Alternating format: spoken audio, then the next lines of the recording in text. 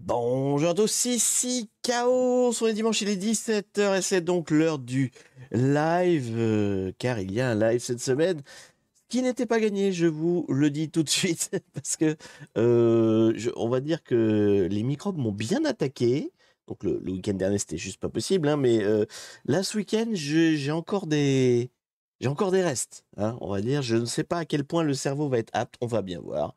Sinon, bah écoutez, vous ferez le boulot à ma place, c'est pas grave. Et ma foi, on essaiera de s'en sortir comme ça.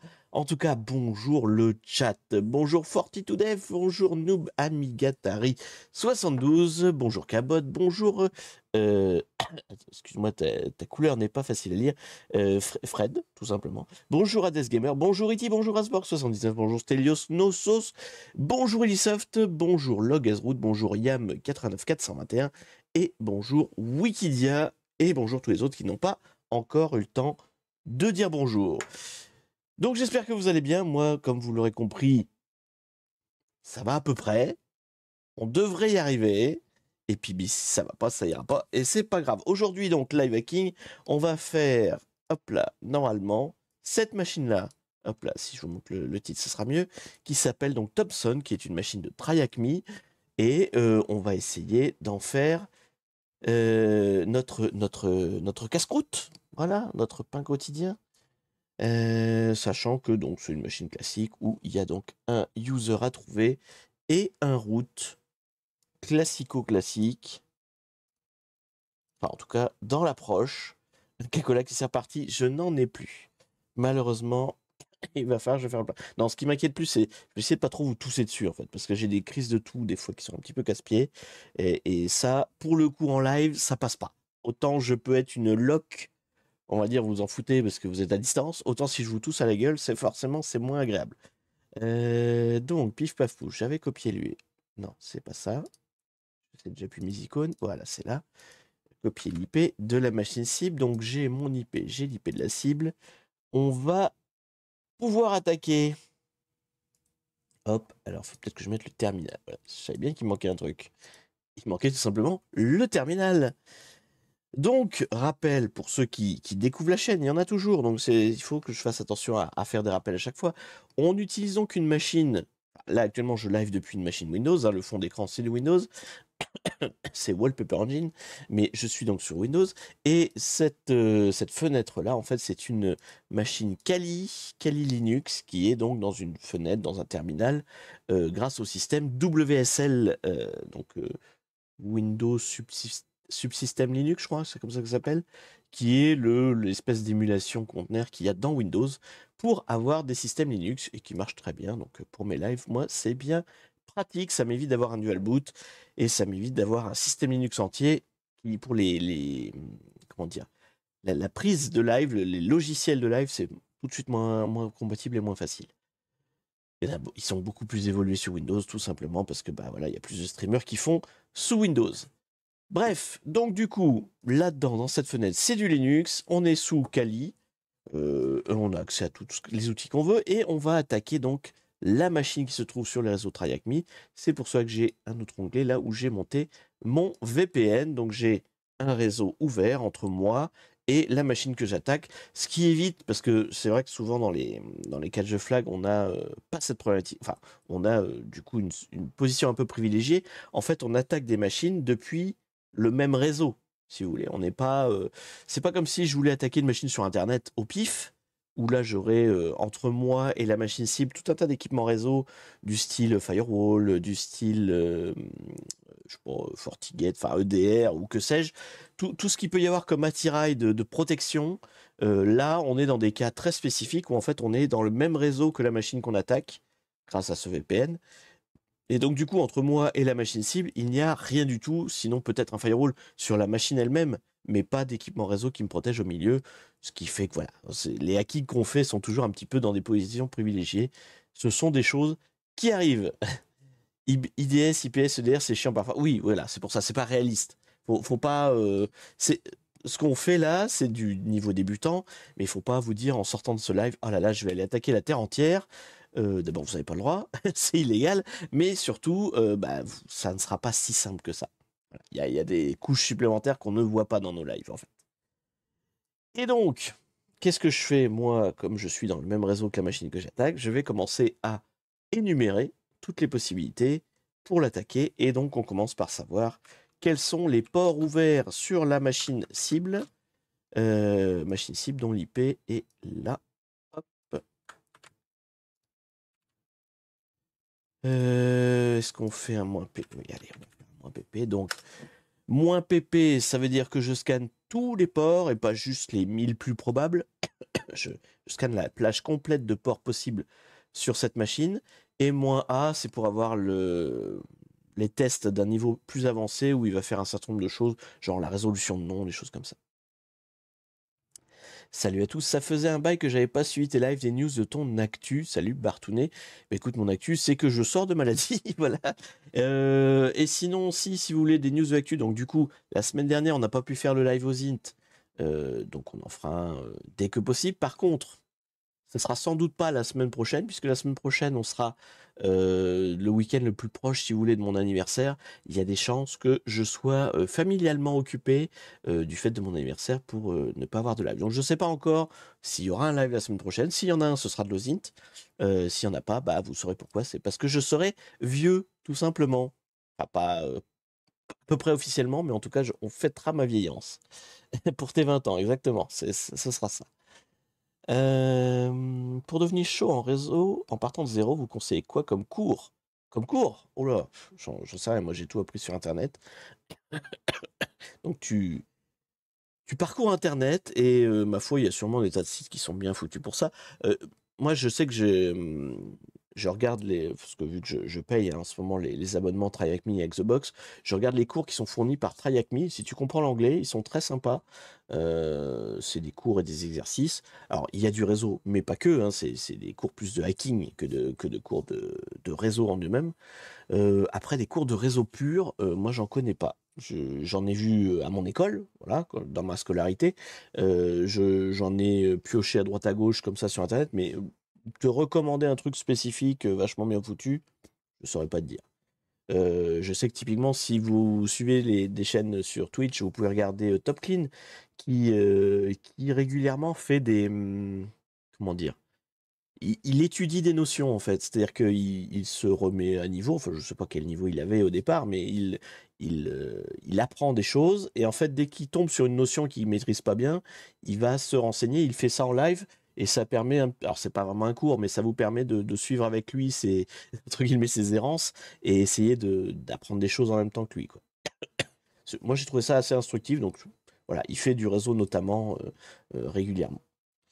CCNA, c'est bien. Bah écoute, je connais pas CCNA, mais je vous crois sur parole, vous êtes mon chat, vous êtes la meilleure commu. Forcément, forcément. Top Clean, tu as dit? Ouais, Top Clean avec un K à la place du C. On le verra peut-être parce que des fois il raid le live. C'est un streamer qui est souvent sur Twitch. Alors je sais pas s'il va y être encore longtemps parce que je crois que c'est pendant sa pause entre deux boulots, mais voilà. Il fait des choses très bien. N'hésitez pas à consulter. C'est des très longs lives où il fait beaucoup d'explications en fait. Donc c'est très intéressant. Du coup, que nous donne notre énumération de machines? Donc nous avons plusieurs informations. D'abord, nous savons qu'il y a un port SSH ouvert et que potentiellement la machine est une Ubuntu Linux. Donc c'est toujours bon à prendre comme information. En général, je le dis mais je le répète, le SSH c'est rarement le port qu'on attaque en premier. C'est plutôt un canal qui est fait pour soit une fois qu'on a des comptes se connecter de manière propre, soit juste pour le mainteneur de la VM en fait qui fait la machine sur laquelle on attaque, qui des fois a besoin d'un SSH pour l'attaquer, enfin pour la maintenir plutôt. Mais c'est vrai que c'est rarement le SSH qu'on attaque en premier. Topclean ne fait pas de live aujourd'hui. Ah, bon, bah écoute, il est pas là aujourd'hui, mais en tout cas, comment dire, la recommandation demeure. Alors, nous avons aussi un port 8009 qui est donc de l'AJP. Donc, ça, c'est pour tout ce qui est Tomcat, si mes souvenirs d'administrateurs web qui sont vieux maintenant, ces souvenirs, sont encore bons. Donc 8009, c'est le port sur lequel discutent, échangent les web apps de Tomcat. Et nous avons le port 8080 qui est donc normalement la console d'administration Tomcat. Donc là, on dit bien c'est un Tomcat 855 qui répond sur ce port-là. Ça pourrait être autre chose, hein, le 8080, mais là, en l'occurrence, c'est Tomcat, donc ça va avec le 8009 qui est à côté. Tout ça est très classico-classique sur une machine qui est Tomcat. Bon, en même temps, c'est pas une grosse surprise, parce que, en fait, si on revient sur, hop là, le logo ici, là, ça s'appelle Thomson, et le logo ici, c'est le logo de Tomcat, hein, donc ça me surprend pas de trouver des ports Tomcat ouverts. Donc 22, 8009 et 8080. 8009, 8080. Ça va probablement être du coup le port 8080 le plus intéressant à attaquer en premier. Pardon. Pour ces tout sautements, est-ce qu'on a d'autres informations intéressantes dans tout le scan? Pas des masses, pas des masses. Donc globalement, je pense qu'on va aller chercher le Tomcat. Et probablement, vu que je vois rien d'autre ouvert, ça va plutôt être à mon avis, une histoire de Tomcat mal sécurisé. On va peut-être avoir accès genre à la console d'administration, des choses comme ça. Je préfère de loin Hadza pour les Français, sinon All Hazard, Tiberius et Peeble pour les streams anglais. Bah écoute, voilà. Recommandation de particules de Dieu. Alors je connais aucun, donc je peux pas m'engager sur qui que ce soit, mais encore une fois, vous êtes la meilleure commu. Je vous fais confiance sans problème. Alors, donc, nous allons aller regarder sur ce port 8080. Si je remets la bonne IP, donc c'est 10, 147, 203. Oui, c'est ça. Port 8080. Donc, j'ouvre un petit Firefox et on va aller regarder ce qui s'y passe. Donc, on a bien un système 4. Et en fait, moi, ce qui va m'intéresser, c'est ça. Parce que normalement, serveur statut, manager app et host manager, ce sont des trucs qui vont être protégés. Après, est-ce que c'est bien protégé ou pas? Normalement, vous voyez, c'est écrit là, les users Tomcat sont définis dans une conf qui s'appelle tomcatuser.xml. Ça me rappelle des trucs. J'ai des flashbacks. C'est un peu façon, vous savez, trauma du Vietnam. Vous savez, ce genre de choses. Parce que il y a très longtemps, j'étais administrateur système et ça, c'était mon quotidien. Ça c'était ma vie, mon Dieu. Ça, plus les proxys qui se branchaient. Enfin bon, bref. Du coup, oui, il y a donc un fichier. Et par défaut, en fait, quand vous installez Tomcat, ce fichier-là, il dit personne n'a le droit d'accéder, en fait. Donc, normalement, par défaut, il n'y a aucun user qui a le droit de se connecter à l'app de management. On va voir si c'est toujours le cas. Et donc, il faut essayer de trouver un accès à ce fichier-là. Et là, si j'appuie sur Manager Apt, il me demande un login. Donc, a priori, j'ai pas accès. Voilà, du coup, c'est ce qu'il rappelle là. En fait, vous avez donc un rôle. Alors, par défaut, il met Tomcat secrète, mais en fait, il est en commentaire dans le fichier. On pourrait essayer, hein, peut-être que les crédentials sont bons. En fait, ça, ce sont les lignes qu'il y a par défaut dans le fichier et elles sont mises en commentaire, donc en fait, il n'y a rien qui marche. Mais par défaut, si on décommente les lignes, on a donc un user Tomcat et un user secret. On va voir si c'est le cas ici. Parce a priori, il a mis une sécurisation. Alors, soit c'est celle par défaut. Attends, j'arrive pas à sélectionner le texte. Voilà. Hop, ça je m'en fous. Voilà. Manager apt. Donc, est-ce que c'est Tomcat Secret? Est-ce que j'avais bien copié-collé? Non, j'avais une virgule au bout. Ouf. Ouf. Ok, donc il a laissé les authentifications par défaut. Et donc on a accès à la console de management. Bon, à partir de là, ça devrait être plutôt tranquille comme machine. J'en ai déjà fait plein des comme ça. Je vais vous détailler, hein, vous inquiétez pas, on va expliquer entre nous.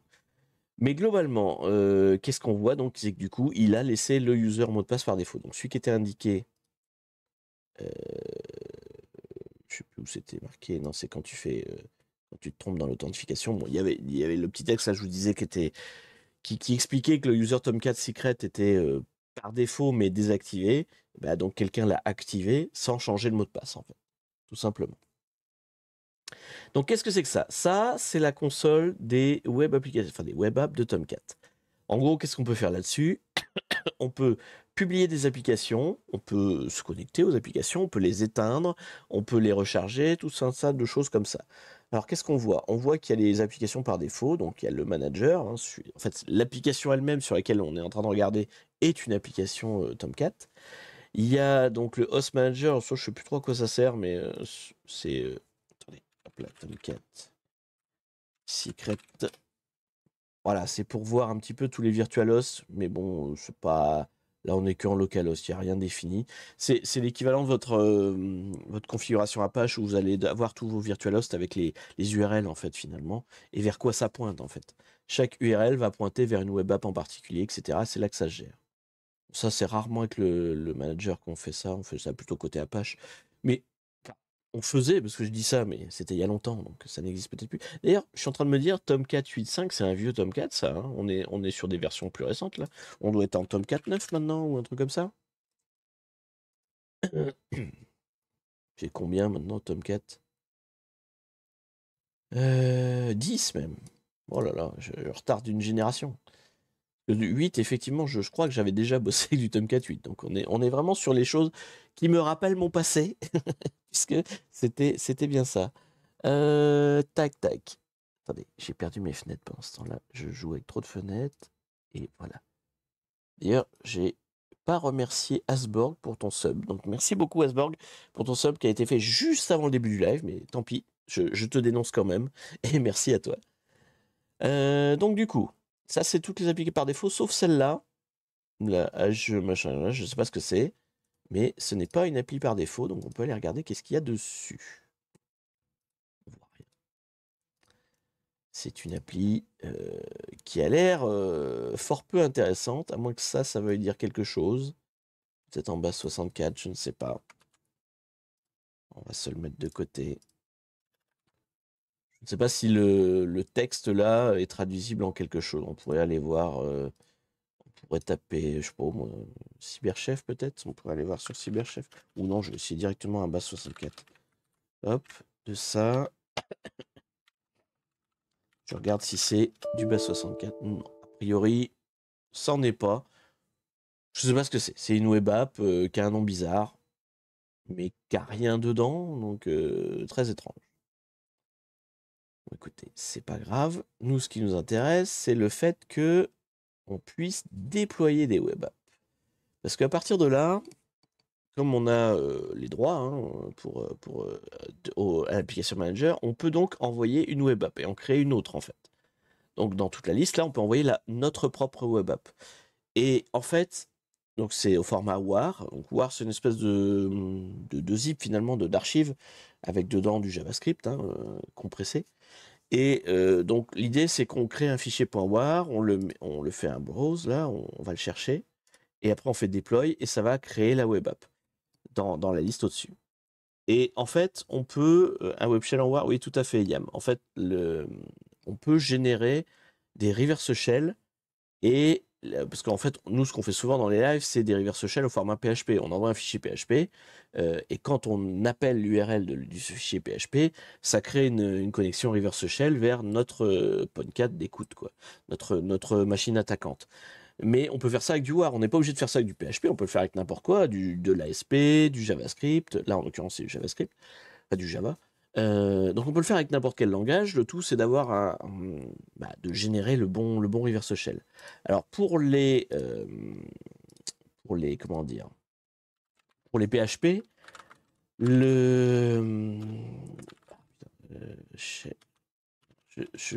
attendez 2 secondes.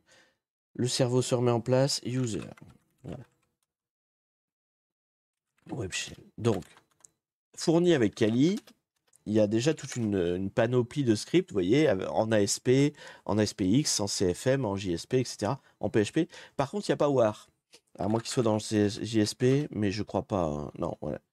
Donc ça, c'est en Java, mais c'est pas, il n'y a pas de WAR, en fait. Donc pour le WAR, il faut le générer soi-même. Pour ça, en fait, on utilise un outil qui s'appelle MSF Venom, qui est en fait un outil qui appartient à Metasploit. Donc c'est un élément de la suite Metasploit. Donc Metasploit, c'est l'espèce de gros framework qui vous permet d'attaquer des tas de machines avec enfin, de manière plus ou moins automatisée, quoi, hein. C'est une manière d'automatiser tout ce qu'on fait nous en live hacking. Et donc, ça c'est Metasploit. Et en fait, il y a un sous-ensemble qui s'appelle MSM Venom, donc qui permet de générer des reverse shell. Alors par contre, je vais pas me rappeler évidemment de la syntaxe, donc on va aller chercher sur internet. Hop, donc reverse shell et on veut un war.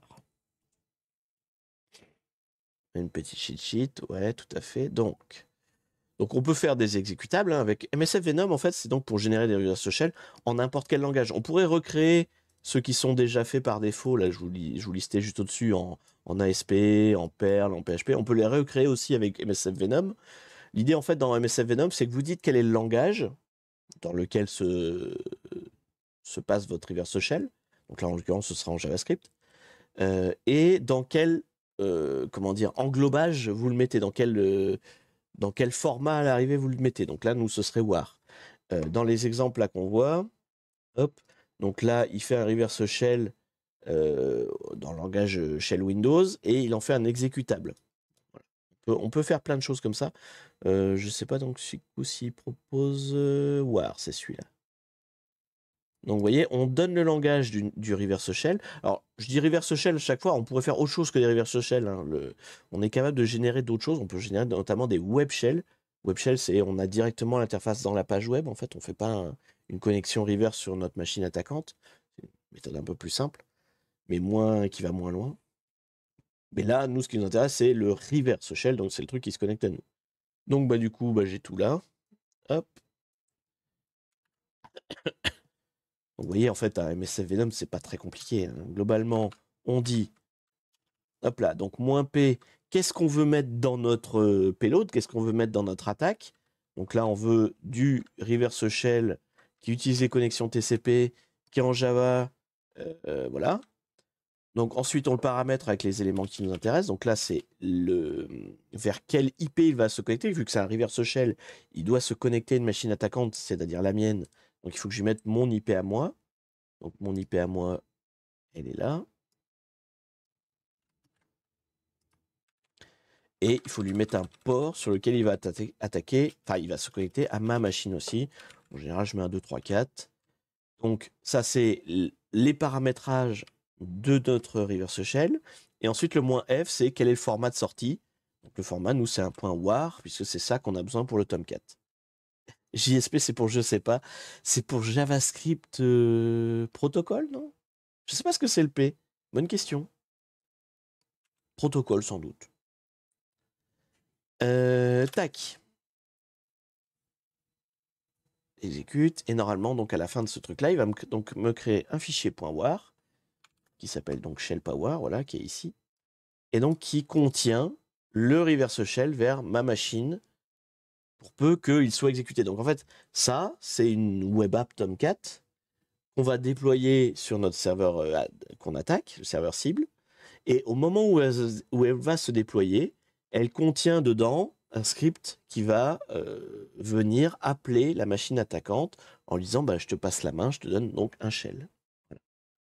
Et donc on va normalement avoir un shell avec le user utilisé par Tomcat.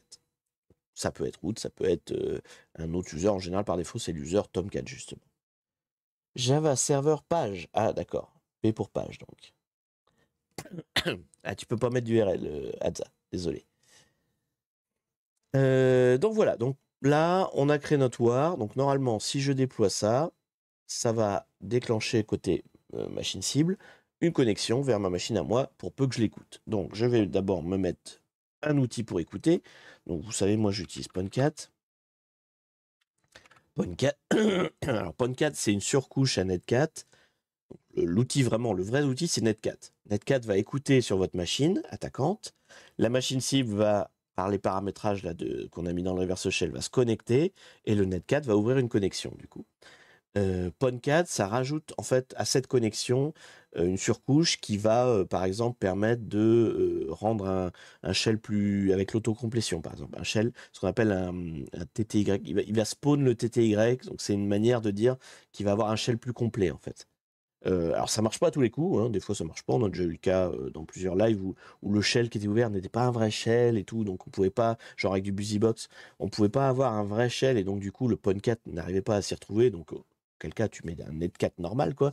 Mais quand je peux, j'aime bien avoir PwnCat parce qu'il est plus pratique et puis il fait des couleurs, vous savez que j'aime bien la couleur. D'ailleurs je voyais dans le chat, il y a quelqu'un qui me disait que mon LS était joli, c'est un alias pour, enfin c'est LSD que j'ai mis. Donc c'est un binaire qui s'appelle LSD qui remplace mon LS du coup. Et donc qui met de la couleur. Donc du coup, mon PwnCat, qui est donc une surcouche de Netcat, on le met en écoute sur 1, 2, 3, 4.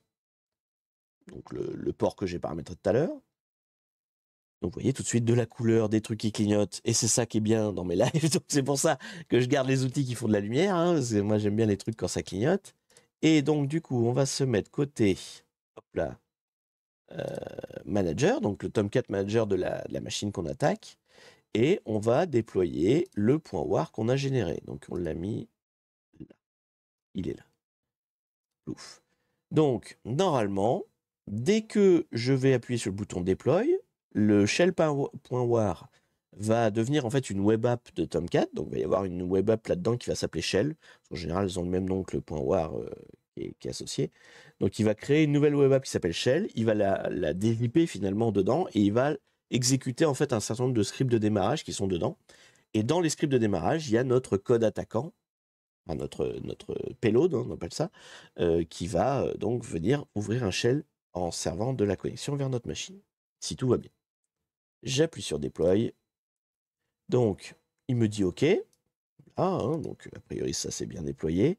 Si je regarde, je la vois effectivement, elle est là. Ma web app est là. Et donc, si je regarde mon PwnCat, eh ben, il n'y a rien qui se passe. Alors, pourquoi il n'y a rien qui se passe? Ce sont plutôt les icônes que j'aime bien. Ça va avec. En fait, le LSD, là, il y a un truc qui fait que quand tu as telle ou telle police de caractère, il met les icônes. Et du coup, ça va avec. Donc en fait, c'est juste, j'ai configuré la police qui correspond à celle qui est préconisée dans LSD pour avoir tout ça, quoi, tout ce que tu vois à l'écran. Alors, je sais pas, des fois, il y a des trucs, je sais pas trop bien pourquoi c'est calé. Là, par exemple, le fait que ça, c'est pas le même vert que la ligne d'au-dessus, j'ai compris, c'est parce que c'est les fichiers les plus récents. Là, les trois qui sont là, en fait, les trois qui sont d'un autre vert sont plus récents. Par contre, pourquoi est-ce qu'il y a un décalage ici, là, et que ce fichier-là est mis en avant? Je sais pas. Je sais pas pourquoi il y a un petit décalage dans certains fichiers, j'ai pas encore tout compris. Le code couleur, c'est pas expliqué. Bon, alors par contre, il s'est rien passé. Alors il s'est rien passé peut-être parce que j'ai pas été sur la machine. Je pensais que ça déclenchait dès que c'était déployé, mais peut-être pas. Peut-être qu'il faut aller visiter la web app, ce qui serait plus logique en même temps. Donc on va ouvrir la web app. Voilà, et là on voit que ça y est, il a connecté. Donc c'était, en fait, il fallait pas juste la déployer, il fallait se connecter dessus quand même pour que ça déclenche quelque chose. Et donc du coup, là il me dit mon podcast, j'ai bien reçu donc de la machine, finalement de la web app qu'on a déployée. Il y a une demande de connexion qui s'est faite. Hop là. Lui, il en profite donc avec la surcouche PwnCat pour en faire un vrai shell, un shell complet. Et bim bam boum, nous voici sur la machine cible. Donc, voilà, première étape. Enfin, première étape, on est loin d'avoir fini. Donc maintenant, hein, pour ceux qui débutent, hein, ça, en fait, ça s'appelle... Bah, c'est l'intrusion. On va dire, c'est le premier pied dans la porte. C'est je sais plus comment on dit le terme officiel, mais c'est la première étape, quoi. Maintenant, ce qu'il faut qu'on fasse, c'est de l'escalade de privilèges. Le foothold, ouais, ça, c'est le pied dans la porte, mais je sais plus s'il n'y a pas un autre nom, initial access, oui, voilà, si vous voulez. En tout cas, on est rentré dans la machine. Par contre, maintenant, on rentre dans la machine avec un user au pif. Là, en l'occurrence, c'est le user de Tomcat, parce que c'est via Tomcat qu'on est rentré, en fait. Donc, on arrive avec un user qui n'est pas forcément un user intéressant et qui ne nous permet pas forcément d'attaquer la machine. Donc, une fois qu'on est dessus, la machine, on n'a pas fini, loin de là. Et maintenant, il faut qu'on fasse de ce qu'on appelle l'escalade de privilèges. ça c'est le vrai terme, pour le coup, celui-là je m'en rappelle. Donc c'est l'escalade de privilèges, où en fait on va monter dans les droits de la machine pour essayer d'avoir un user plus efficace. Et le but ultime, c'est d'avoir le user root, hein, le user terminal, le user administrateur, quoi, finalement. Donc là, on est en l'occurrence avec le user Tomcat, hein, c'est écrit. Hop là. Donc, a priori, il ne doit être capable de faire que des trucs liés à Tomcat, parce que c'est un user relativement restreint. Donc, il ne va pas nous aider à avoir accès à l'administration, en tout cas normalement, si c'est bien configuré. Nous, ce qu'on veut, c'est le user qui s'appelle root, en fait. Donc, normalement, peut-être que, je ne sais pas si c'est considéré comme le user. Parce qu'en fait, en général, dans ces machines-là, donc il y a deux étapes. Il y a un user à trouver, donc un flag à trouver qui s'appelle user.txt, qui correspond à j'ai réussi à attaquer jusqu'à tel niveau, et donc je peux lire un truc qui est lisible par tout le monde. Alors, je ne sais pas ce qu'il y a comme user sur la machine. Il y a Jack. Hop là, voilà, c'est ça.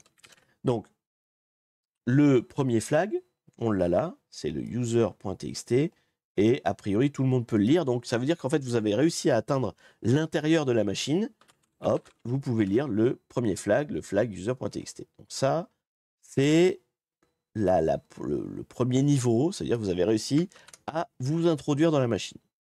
Hop, non, c'est pas dans cette fenêtre-là, c'était là, je me mélange à toutes mes fenêtres.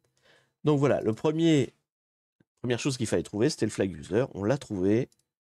Première partie terminée. Donc maintenant, il nous faut un autre flag, la preuve qu'on a réussi, qui s'appelle root.txt, donc qui est le flag d'administrateur finalement. Celui-là, c'est sûr, c'est dans un fichier qui n'est lisible que par root. Vous ne pouvez pas le lire. On sait déjà où il est. Hein. Normalement, en fait, ce flag-là, il se trouve dans /root.txt. Il est là, en fait. Je le sais déjà parce qu'il me dit permission non accordée, donc c'est le bon chemin en fait. Là, j'ai le bon, c'est le bon nom de fichier, le bon chemin, le bon endroit. Le problème, c'est que je n'ai pas le droit de le lire parce que je ne suis pas administrateur. Donc, il faut que j'arrive à escalader de privilèges jusqu'à devenir administrateur. Donc, pour ça, eh ben, on va regarder un petit peu tout ce qu'il y a comme user et tout ce qu'on a le droit de faire en tant que Tomcat. Là, en l'occurrence, donc, je peux déjà taper un petit sudo, -l. Je ne suis pas plus avancé parce qu'il me demande le mot de passe, mais je ne l'ai pas. Non, je ne l'ai pas. Donc, je suis un user Tomcat, mais je ne peux rien faire. Donc, il faut que je devienne quelqu'un d'autre. Il faut que je devienne quelqu'un d'autre. Donc, en général, donc, comme je vous dis, escalade de privilèges, on va chercher tous les users de la machine et vers qui on peut aller. Donc, du coup, je vois qu'effectivement, il y a un user Jack sur cette machine. On est sur des machines catch the flag faciles. S'il y a un user Jack, c'est le fusil de Tchekhov des catch the flag. Quand il y a quelque chose sur une machine CTF, c'est qu'il va falloir se servir de ce quelque chose, quoi. Hein. Donc, il y a un user Jack. Je vais dedans et je vais essayer de devenir user Jack, ou en tout cas m'en servir. S'il est là, c'est pas pour rien. Il faut que j'en fasse quelque chose, quoi. Salut, tu veux faire un feat avec Wicked un jour? On a déjà fait. Alors, c'était il y a longtemps, je te l'accorde. Mais il y a sur la chaîne de Wicked XY un genre, je sais pas, d'interview avec moi dedans. Donc, c'est déjà arrivé. Alors, ça veut pas dire qu'on n'en fera plus jamais, hein, mais c'est déjà arrivé. Si tu cherches bien dans les archives. Je ne sais plus. C'était comment il appelle ça? Cybertalk ou un truc comme ça. C'était un truc de papotage, quoi, on faisait pas des machines. C'était un truc de papotage sur le hacking. Donc du coup, voilà, on est Jack et on va regarder un petit peu, effectivement, tous ces fichiers un peu étranges. Là, le id.sh, c'est en fait qu'il y ait un user Jack et qu'il y ait des choses dedans. Encore une fois, fusil de Tchekhov un peu, si vous voulez. C'est qu'il y a quelque chose à en faire. Donc on va regarder ce que c'est le id.sh. Alors id.sh, donc c'est un fichier bash, ok, qui prend l'id et qui le met dans text.txt. Ok, donc si je regarde text.txt, d'accord. Donc, c'est d'ailleurs grâce à cette vidéo que j'ai découvert ton live et le CTF. Ah bah écoute, envie d'avoir pu vous faire découvrir des trucs. Donc qu'est-ce qu'on a? On a dans le user Jack un fichier, donc un exécutable, hein, le id.sh, qui en gros récupère la commande ID, le résultat de la commande ID. Hein, la commande ID, ça vous dit qui vous êtes en fait. C'est l'équivalent de who am I. Enfin, en plus détaillé. Donc du coup, ça lance cette commande-là, la ID, et ça l'écrit dans text.txt.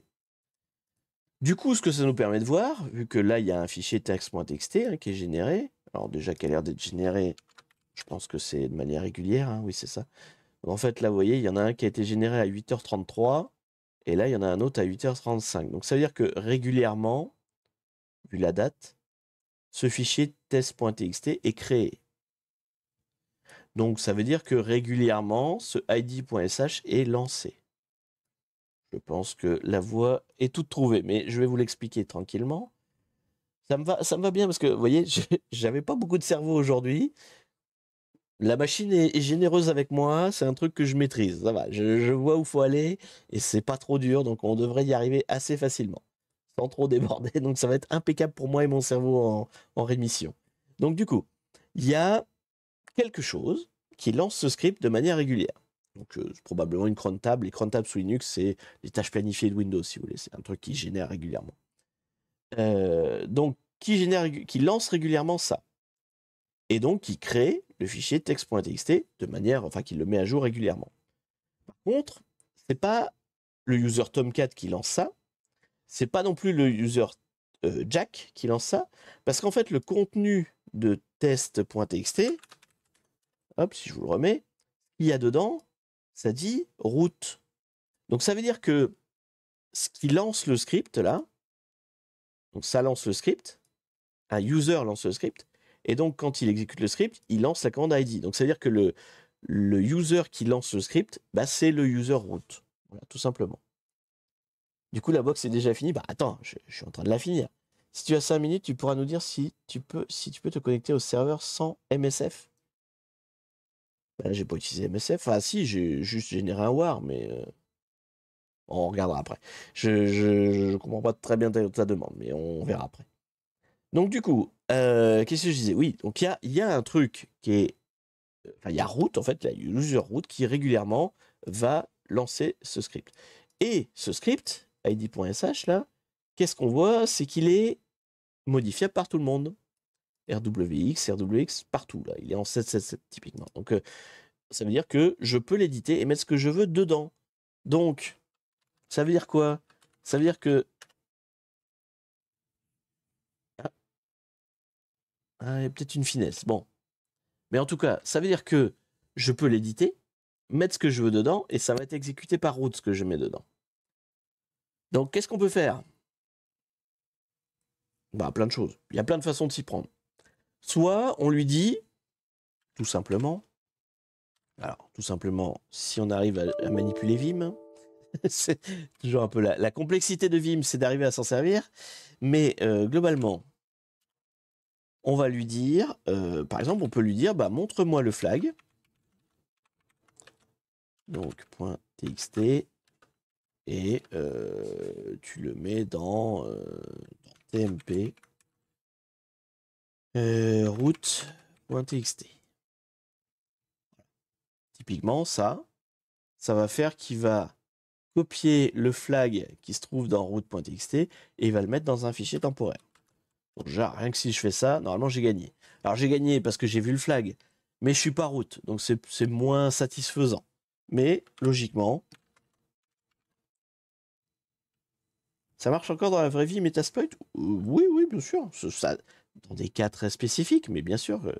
Tu serais surpris de ce qui marche dans la vraie vie, en fait. En fait, je pense que tu ne réalises pas à quel point, dans la vraie vie, il y a des gens qui font vraiment pas gaffe à la sécurité informatique. Alors, il veut pas? J'aurais peut-être dû mettre un petit truc en plus. Ouais, j'aurais peut-être pas dû le mettre dans TMP. Parce que je sais pas si on le voit. Bon, attendez, je vais le mettre... Non, ce que je vais faire, c'est que je vais le mettre au bout. Je vais le mettre au bout du fichier TXT. Qui est déjà. Oui, oui, oui, bili bip, bili bip. Non, là, là, voilà. Donc en fait, ce que je lui dis, c'est que tu crées ton ID et le flag, tu le mets derrière. Ça, c'est Au moins, on est sûr qu'il n'y a pas de problème de droit. Et il va juste rajouter au bout du fichier test. Et comme ça, je suis sûr d'y avoir accès. Donc, on attend le prochain au moment où il tourne. 8h40. À 8h, il y a un décalage de je sais pas combien. Ça fait quoi ça? Mon cerveau. Ça fait 9.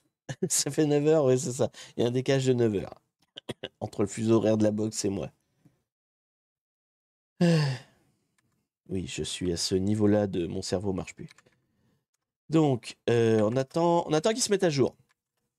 Donc, quand il se mettra à jour, le test.txt là, ça veut dire qu'il aura redéclenché le ID. J'espère que c'est toutes les minutes. Sinon, on va attendre longtemps. Oui, c'est bon. Donc, normalement, s'il a pris en compte mes modifs, il a mis au bout. Bah, j'ai perdu la connexion.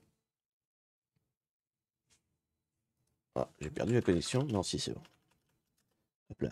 Donc, si il a bien pris en compte ma modif, il a mis au bout, voilà, le flag. Donc, vous avez la commande ID et vous avez bien le flag route à la fin. Donc, là, techniquement, on a fini. Parce que le sujet, c'était trouver le flag route. Mais c'est pas très rigolo. Donc, on va devenir route. Ça, c'est plus rigolo. Donc, tout ce qu'on a à faire, finalement, c'est de rajouter dans ce fichier-là une nouvelle commande. Alors, attendez, je vais la mettre à la fin plutôt. Hop. Voilà. Donc, on va rajouter ici une commande qui va ouvrir un autre reverse shell vers moi, mais cette fois en tant que route, puisque c'est route qui lance le script. Donc, pareil, je me rappelle plus de la commande, mais on va aller chercher sur Internet, hein, on va pas faire les fiers. Donc, reverse shell bash, du coup, là, hein, c'est du bash. Et on va prendre une commande bateau. One-liner, peut-être, ça marchera mieux. Hop. On peut le faire avec Netcat, mais moi, je veux le faire avec bash, donc ça va être un truc comme ça, voilà. Donc, genre la première, elle me va bien. Hop. Donc, du coup, là, on va juste l'éditer. Donc, il me faut mon IP à moi. Mon IP à moi, c'est 10 14 86 139. Le port, alors on va pas prendre le même parce qu'on a déjà pris un 2 3 4. On va prendre un 2 3 5. Et donc ça, hop, hop, hop, voilà. Donc, on a rajouté au bout de notre script qui donnait déjà le flag, mais bon, c'est pas grave, une petite commande qui va ouvrir un autre reverse shell, toujours vers moi, mais cette fois en tant que route. Et non pas en tant que Tomcat. Donc, on se remet ici en écoute sur ce nouveau port. Donc, 1, 2, 3, 5. Ok, je suis en écoute sur 1, 2, 3, 5. Et j'attends que le cron tab, la routine automatique, aille se connecter, enfin, déclenche ce truc, ce id.sh. Et donc, normalement, si tout va bien, m'ouvre ici un shell root, tout simplement.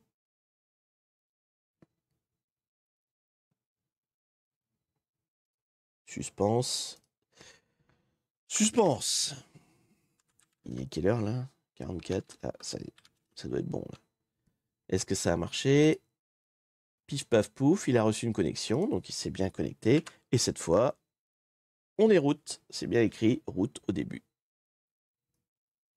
Tada! On a réussi. Bon, ça va. Cette machine c'était le b.a.-ba, on va dire, du hacking comme on a fait, comme on fait d'habitude. Et donc, du coup, là, si on va sur le répertoire de base hein, de route, donc le slash route, cette fois, donc on a le flag, et là, on a l'autorisation de le lire directement. Donc, on peut le mettre. Hop. Pif, plaf, plouf. Non, c'était pas là, c'était l'autre fenêtre. Hop. Et nous avons gagné la machine. Bon, elle était extrêmement simple, je vous l'accorde. Mais il en faut autant, je vous dis, ça tombait bien. On va dire pour mon niveau de cerveau, ça tombait bien. Donc voilà un petit peu, bah, du coup c'est une très bonne vidéo de début pour débuter, si jamais vous avez jamais vu mes lives ou vous avez jamais regardé trop les replays précédents. Celle-là vous redonne les bases, hein, voilà. Là on a vraiment fait une attaque, bon, alors sur une machine qui n'était pas du tout sécurisée, mais une attaque très simple pour prendre le contrôle de la machine. Donc là vraiment on est root, hein. Donc root c'est administrateur, on peut faire tout ce qu'on veut, on pourrait, je sais pas, supprimer, voilà, supprimer la totalité de la machine. RM-RF, on efface la machine, on quitte ce qu'on veut, quoi. Donc, qu'est-ce qu'il y a à retenir d'une machine comme ça en termes de leçons à prendre d'un point de vue sécurité? C'est bah, tout simplement, en fait, déjà la base, c'était le manager là était mal sécurisé. Donc ça, ce truc-là, c'est le point faible finalement, l'espèce de manager là qui est mis en interface web qui permet de déployer toutes les applis qu'on veut, n'était pas protégé par un mot de passe fort. Il avait juste le mot de passe par défaut. Donc s'il y a le mot de passe par défaut, bah, on a pu déployer notre web app et donc déjà avoir un pied dans la machine. Après, la deuxième étape, c'était effectivement d'avoir mis... Hop là. Ah non, il n'y a pas de cron tab. Alors du coup, ça va être plutôt dans les cron.d. Où c'est qu'il l'a mis? Il l'a mis dans cron... cron.daily, Orly. Allons voir dans... Attendez, si je fais ls-rt, ça... Ben je sais pas où il l'a mis.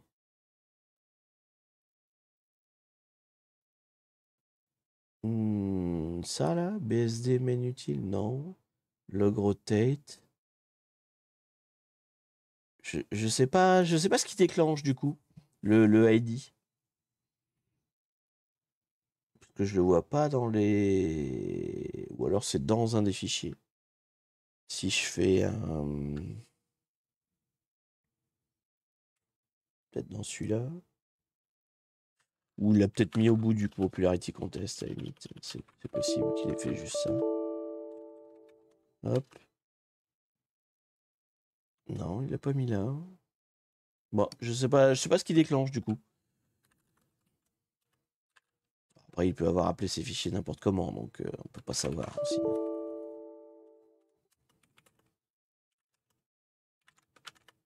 Est-ce qu'il y en a un qui a une date un peu chelou? Le apt compat là.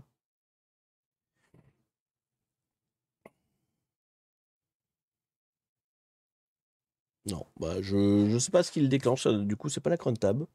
Ou en tout cas, j'ai pas vu où. Hmm.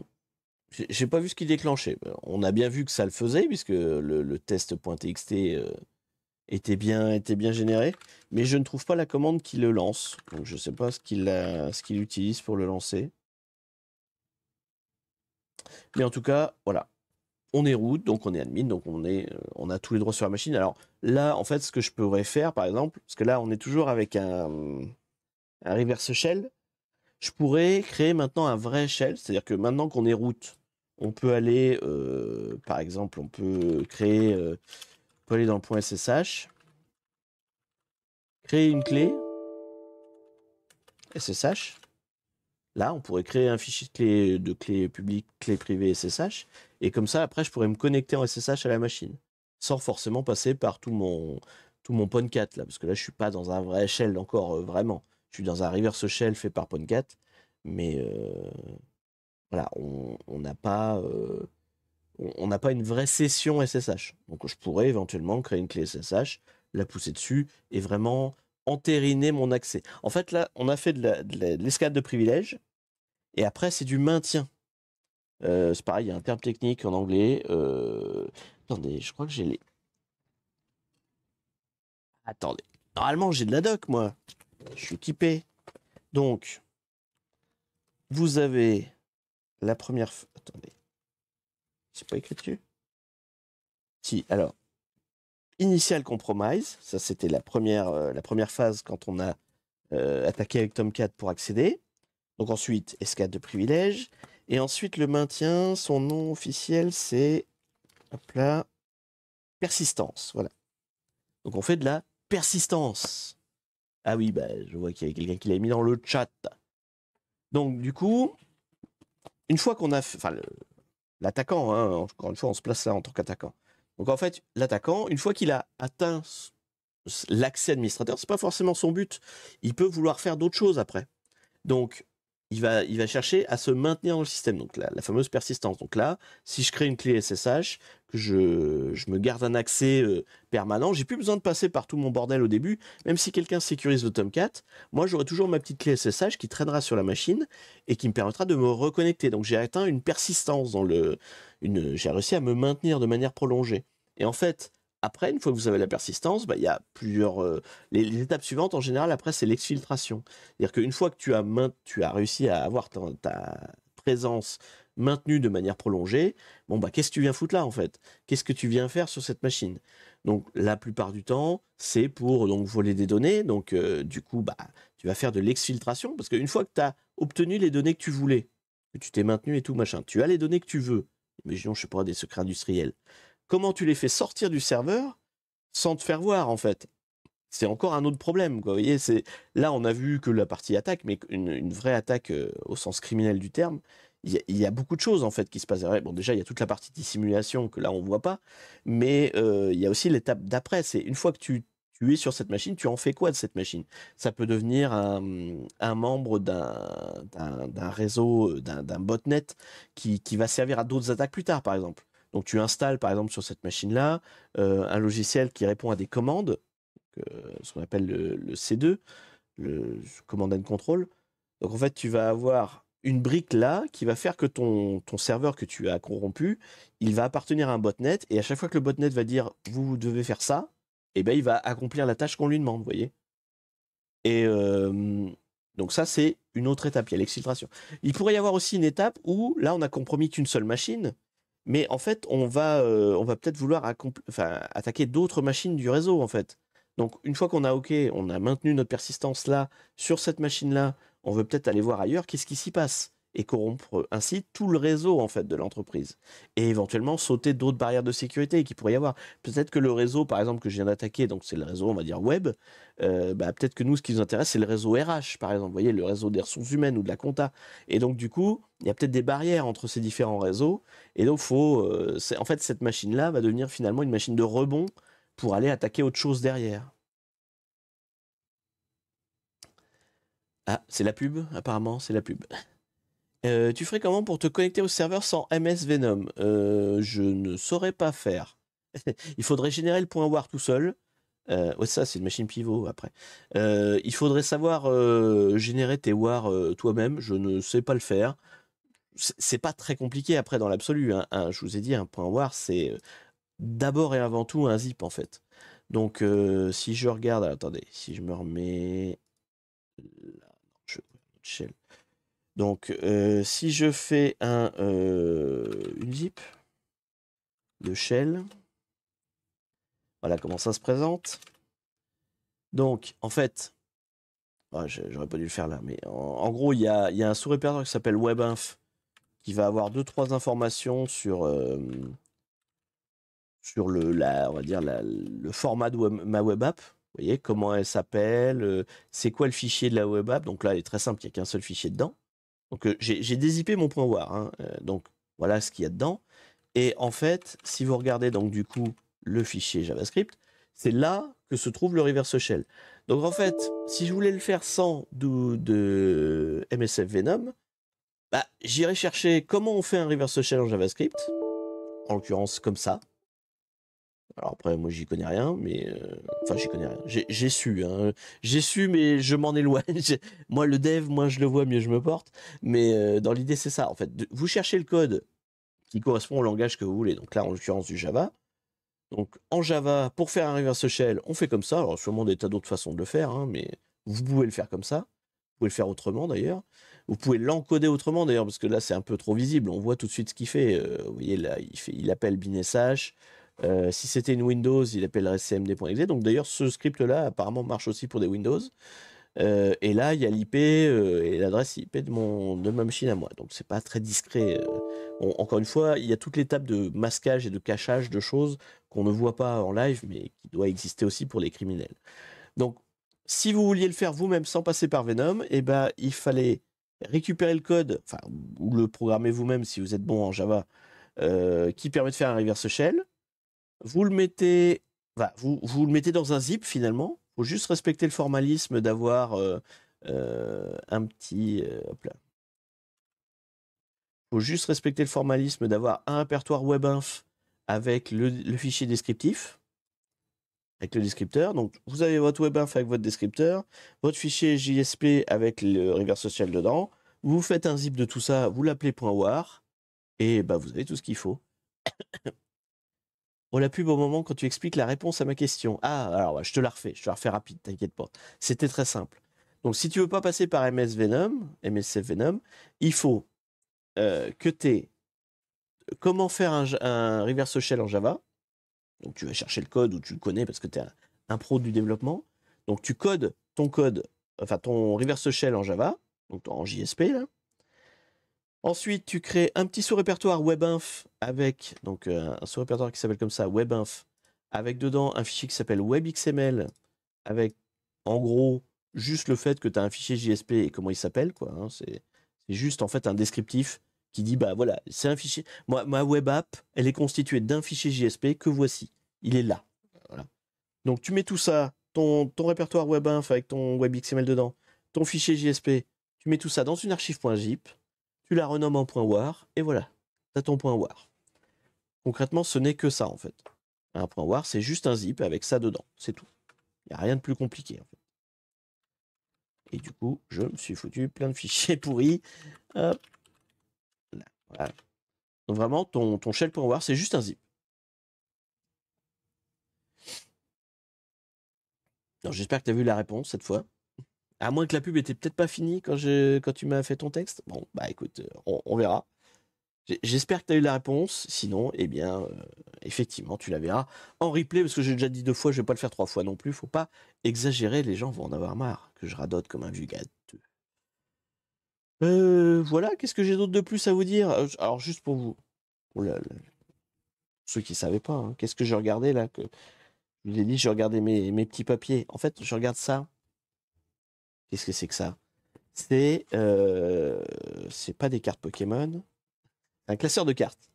Mais ce n'est pas des cartes Pokémon, c'est des cartes de sécurité.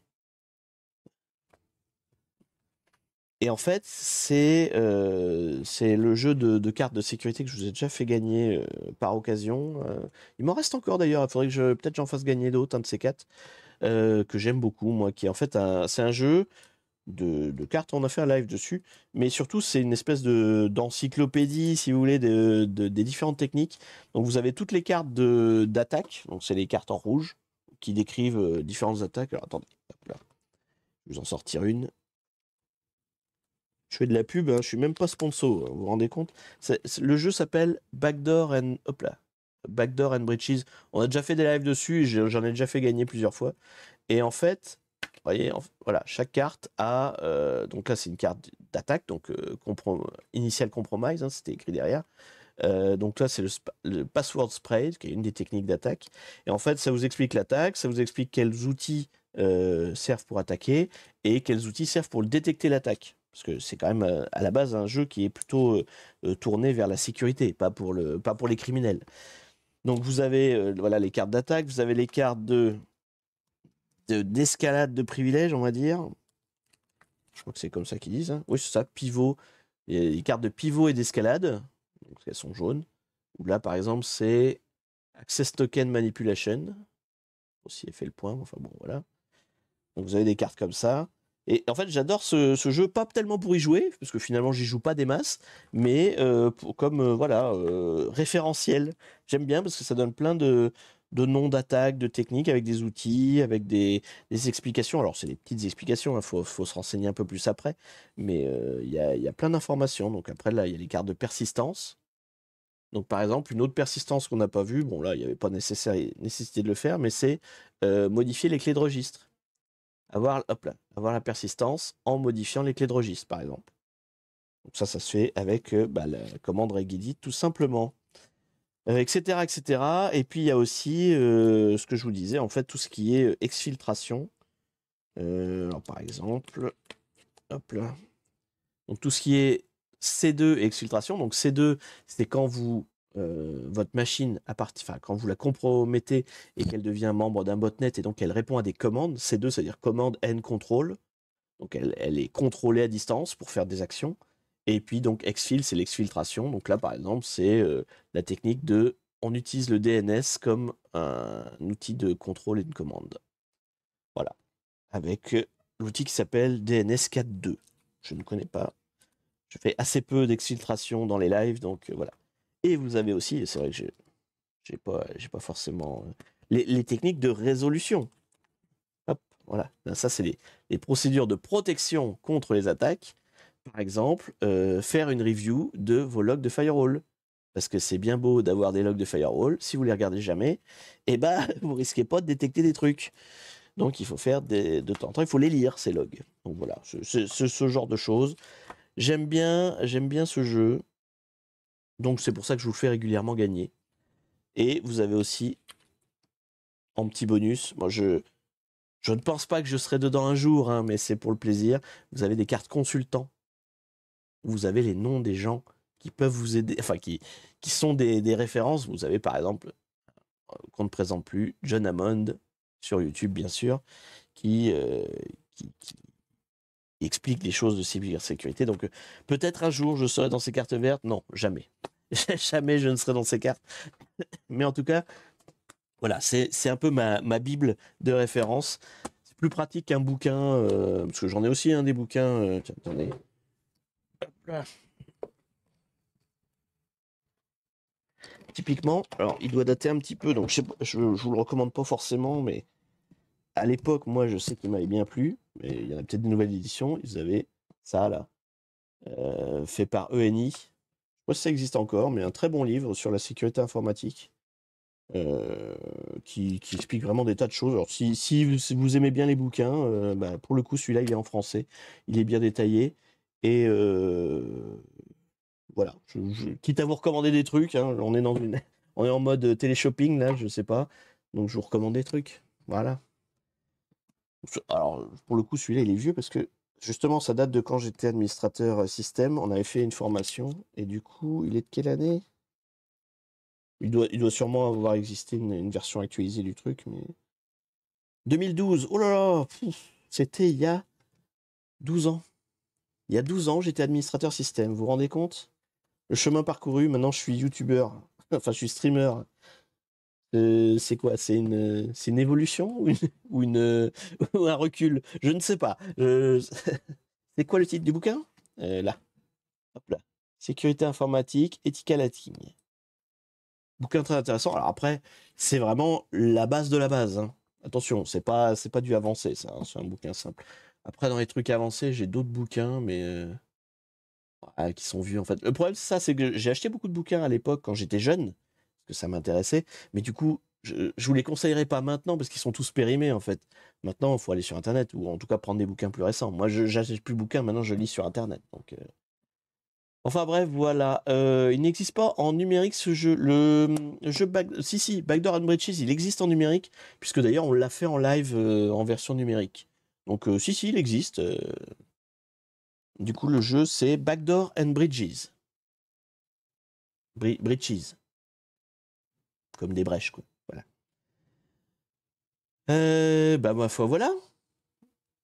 Je comblais un petit peu parce qu'on avait fini en avance, mais là, il est l'heure, donc on va s'arrêter là. Donc du coup, pour la semaine prochaine, donc je vous dis, je ne sais pas s'il y aura un live, parce que il est possible que je sois en train de souffler des bougies sur un gâteau. Donc voilà. Donc suivant à quelle heure j'ai fini de souffler les bougies, peut-être je serai là en live. S'il y a un live, ce sera de l'OSINT. Sinon, bah, ce live-là va sauter malheureusement. Par contre, dans 15 jours, c'est sûr, on reprend les lives hacking encore, hein. Donc dans 15 jours, ce sera hacking. Voilà, j'espère que ça vous a plu ce petit live. Je sais pas si on peut raider des collègues. Est-ce qu'il y a des collègues qui streament là à cette heure-là? Le livre Sécurité informatique a une 6e édition en date de 2022. Ouais. Moi, je suis à la 3e édition, donc alors je sais pas ce qu'il vaut maintenant. Je sais qu'à l'époque, il était très intéressant en tout cas. Qui c'est qu'on a comme collègue? On n'a pas de collègue. Ah si, il y a Numendil. Ouais, mais il fait pas de hacking, quoi. Mais bon, écoutez, je vais vous envoyer chez Numendil. Après, vous suivez pas, c'est comme vous voulez. Un gâteau bouge sur des souliers. Et c'est ça. C'est un peu le niveau de mon cerveau actuel, hein. Je vais pas te mentir. Je suis content que cette machine était simple, sinon je ne sais pas si j'aurais été jusqu'au bout du live. Bon, en tout cas, donc je vous raid, je vous envoie chez Numendil. Après, vous restez pas, vous faites ce que vous voulez. Vous êtes libre. Et Dieu sait que dans le monde du hacking, on aime la liberté. Mais en tout cas, si vous avez envie, bah, vous n'avez rien à faire, ça va vous envoyer directement. Moi, je vous dis donc à la prochaine. La semaine prochaine, peut-être, voilà, en fonction de mon état et de mon âge, et des festivités liées à mon âge en tout cas. Et sinon, dans 15 jours, c'est sûr, live, sans problème. Et bien sûr, le replay dès demain sur YouTube, gratuitement comme d'habitude. Ça ne change pas. Allez, sur ce, bisous à tous, salut!